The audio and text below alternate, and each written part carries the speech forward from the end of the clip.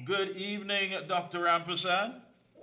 Hi. Hi, and welcome. Let me thank you so much for taking time out and being with us here on The Observer, on Gael TV, of course, Facebook, YouTube, Amplia, and Flow. I want to thank you so much for taking time out and welcome to the program. Is it live on Gaia right now? Yes, we are live right now. We are live. What channel is Gaia? And you can check 107 on Flow and Yeah. also 107 on Amplia. Okay, I'm on 107 on Flow. All right. I'll keep the volume down. Okay, no problem. I want to thank you again. Quite recently on Monday, at the Monday Night Report, the UNC Monday Night Report, the opposition leader, Kamala Prasad-Bissessar, made it quite clear that the UNC will contest all 41 seats in the next general election. She said, of course, the party says nominations for that election will be open by mid-December this year.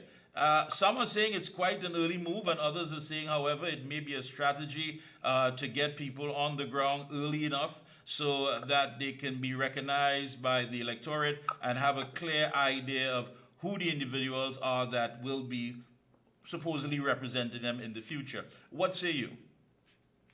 I say it's always better to be prepared and ready to go than to be caught with your pants down. By saying that, I want to put you on the spot here. Do you think, or should we expect a snap election? Well, if there is going to be a snap election, I think the government will know that before the opposition, right? Because they're the ones that call a snap election. I think she is just getting ready so that she can spend 2024 grooming her candidates, selecting candidates, grooming them, and getting the MPs ready for the election, which is, constitutionally due in 2025. It's almost 2 years, the election, because the last election was in September 2020. Right. So the next election can go until, I believe, September, if not 3 months after, 2025. All right. So it's 2 years. They have 2 years. I think she took everybody by surprise.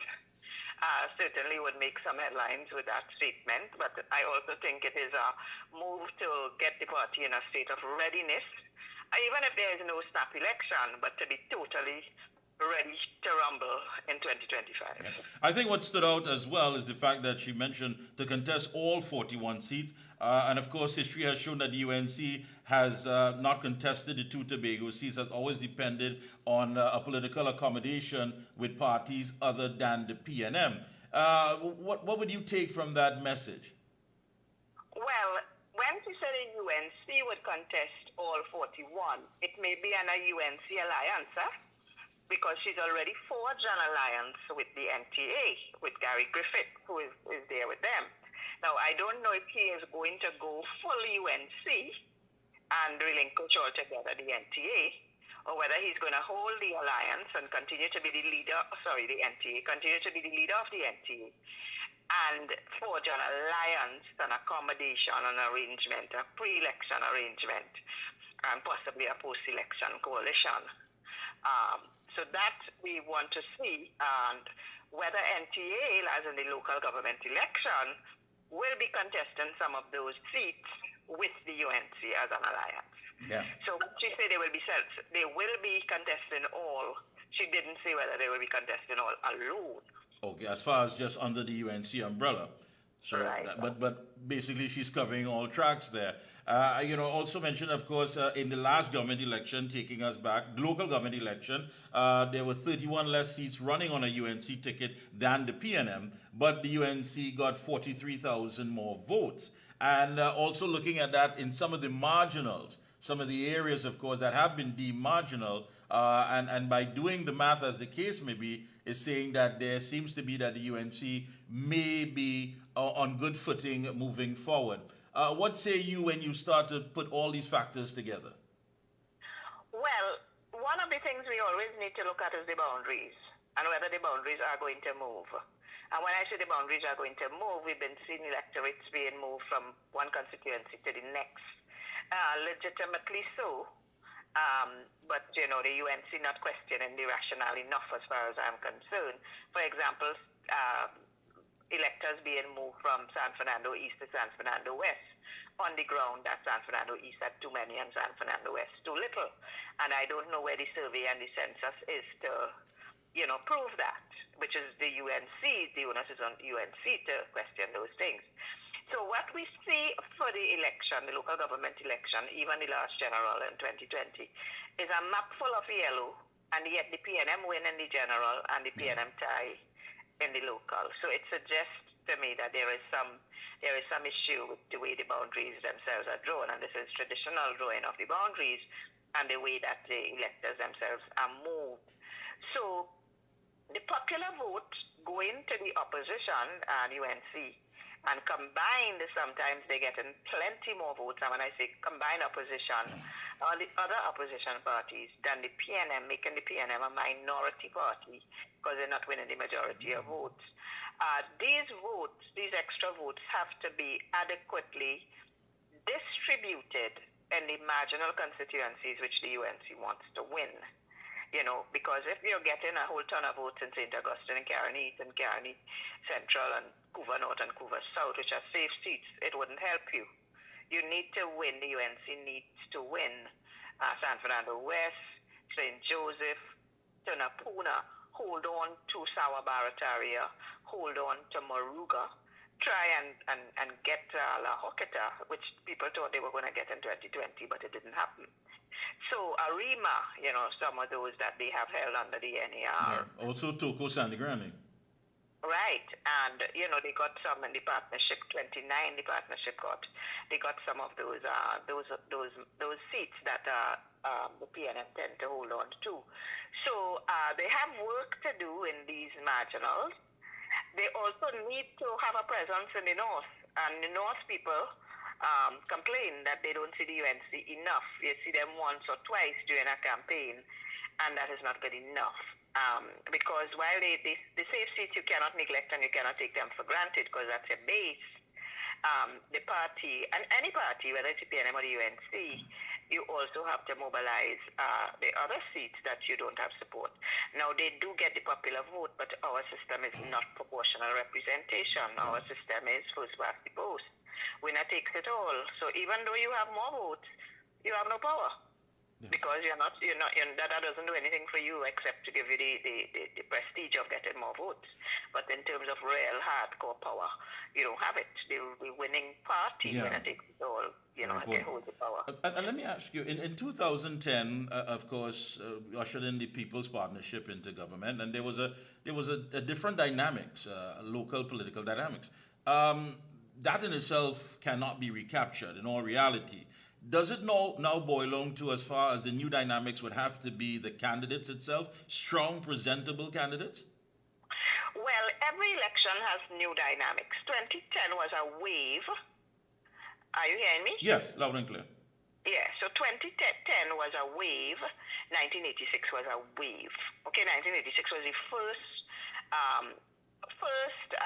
victory against the PNM ever. It was the first defeat of the PNM in our history since 1956, 30 years unbroken, the PNM ruled.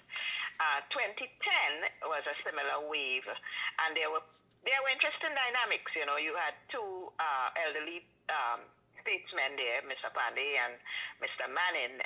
There was disillusionment. There was allegations of corruption. All kinds of dynamics were at play. I had presented something on Kamlamania and meningitis. Those were two forces, defiant forces, which I said were also contributing to that wave. The question is now, what will generate a wave? And it has to be present sufficiently enough to get enough people out against a ruling party to generate a wave in favor of an opposition, whoever they may be. So we have negative forces at play. For example, the crime situation, which I don't think in my entire life it has ever reached this level. I don't know about you, but in my entire life, as I survey and I look back in my history, I have never seen the crime reach this level where bandits are just walking to the house, even without mask, and gunning people down and taking what they want. I don't think I have ever seen that. that is a phenomenon. It's a negative one, but it can be a dynamic that can play in a general election. And that card she was actually playing in the local with light him up and all that, you know. Yeah.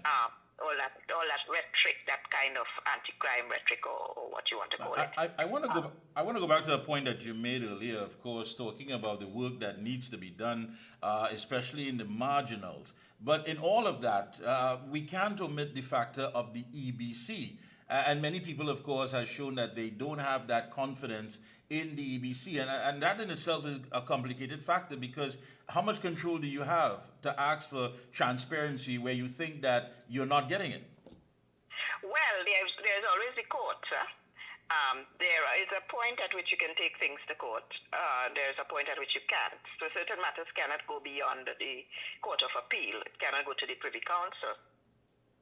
And certain matters can. Certain election matters I am talking about. So there are restrictions. But if the EBC is erring, if the EBC is not acting ethically, transparently, and with integrity, there are actions that can be taken against the EBC as well. The problem is finding the evidence. You know, so they have to bring evidence. Whenever you bring a matter legally, you have to have evidence. You just can't do that. So there are a lot of disgruntlement with the EBC. There are a lot of suspicions surrounding the activities of the EBC. There are a lot of allegations of EBC being partial, you know, not being neutral as it should be. And over the decades, we've had those allegations. It does put the party that is making these allegations in a very precarious situation, because while there are allegations, they have to come with evidence. And it is the evidence which is going to prove that the allegations are true. Yeah. So it's a ticklish one when it comes to the EBC, which is supposed to be an independent body. Yeah. But you know, I always have this thing about independent bodies in Trinidad, because you look at the election of a president, the ruling party always gets its way because they have the majority in the electoral college. That is, you know, the Senate and the MPs and whatnot who vote. The ruling party always get their way. You look at the election of a speaker who is supposed to be independent, the Speaker of the House. The ruling party gets to select the speaker. So the EBC, you know, is supposed to be independent, but it is appointed, you know, I think it comes of course.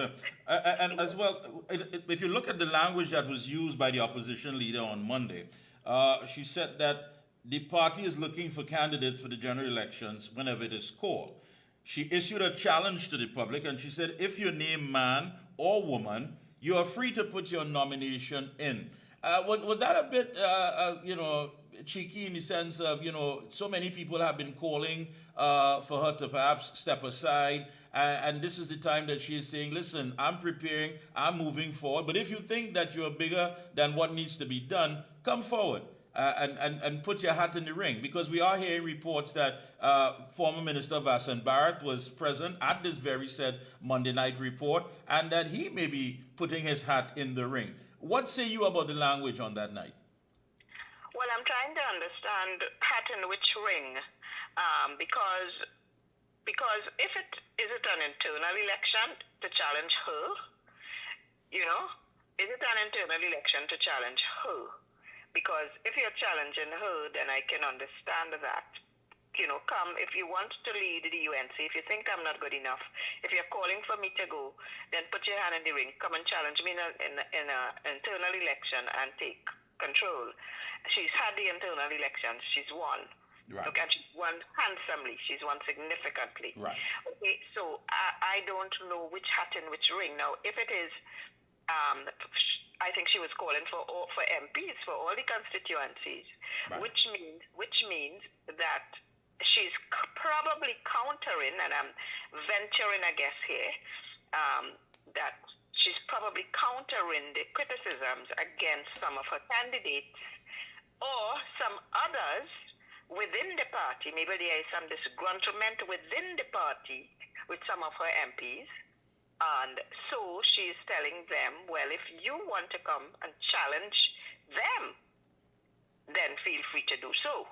But again, Yeah. that challenge cannot come until you are selected. You have to be selected by the selection committee of the UNC, who will be selecting the MPs, right? And then they have to go out there and win those seats. And I have to tell you that those marginal constituencies are not so easy to win. Right. And of course, final question from here. I mean, you've seen Jack Warner come back into the fold. Others, we're hearing names like Fuad Khan and what have you. Do you think that much consideration will be given? I mean, in the fact that you have people who are present saying, listen, I've been in the trenches. I have been here for the good times and the bad times. I simply do not want to be overlooked. Do you see that causing any sort of conflict as far as getting this entire thing prepared for? Well, it's good that she's starting early and to deal with some of these things. Now, there is absolutely nothing wrong, I think, in bringing back some of the old heads. People like Fuad Khan and Jack Warner, Tim Gopi Singh, Fazal Karim. These were very, very important. They made a significant contribution to the politics under the partnership. The question is, where do you put them? And what do you want? And are they just wanting to come back to the party, or do they want to come back into some leadership role or to get some seats? Jack Warner, I think, no. I don't think he's interested in fighting any seat. I think he said that in the local. And she also said he did not ask for anything. So I think his presence did assist her in San Fernando, particularly in train line there, back of the area there, and she did pick up some local government seats there. So I think that worked. Mr. Fuad Khan, they're among UNC supporters. Some of them said he's a loose cannon. Some of them said he talks too much. But I think he also brought, had some contribution to make to the party. So I think extending the olive branch to everybody, including Basan Bharat and all of those who left, is fine. The problem is when they get there, is it jostle for positions which are limited. There are a limited number of seats. There are 41 seats, right? And some of them specify which seat they want. They want safe seats. And there's limited, even more limited number of safe seats. So this is where the fallout come back. So they come and they apply for a seat, and when they don't get it, and they get vexed, and they go and they ill speak her and they ill speak the party. But the numbers, the limited numbers, you just can't give everybody. After you win an election, there may be other posts you can give to people who assist and whatnot.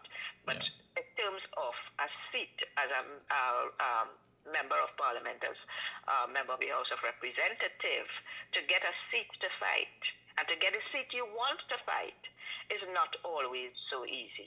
And with that, you will also want loyalists. I believe that the two important factors, two important features in selecting leaders.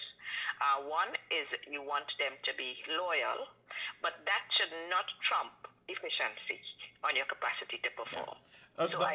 I think you should have both. Thank you. Dr. Avsad, I want to thank you so much for taking time out with us this evening. It has definitely been a pleasure, very insightful, and we will be checking in with you periodically. And again, thank you so much again.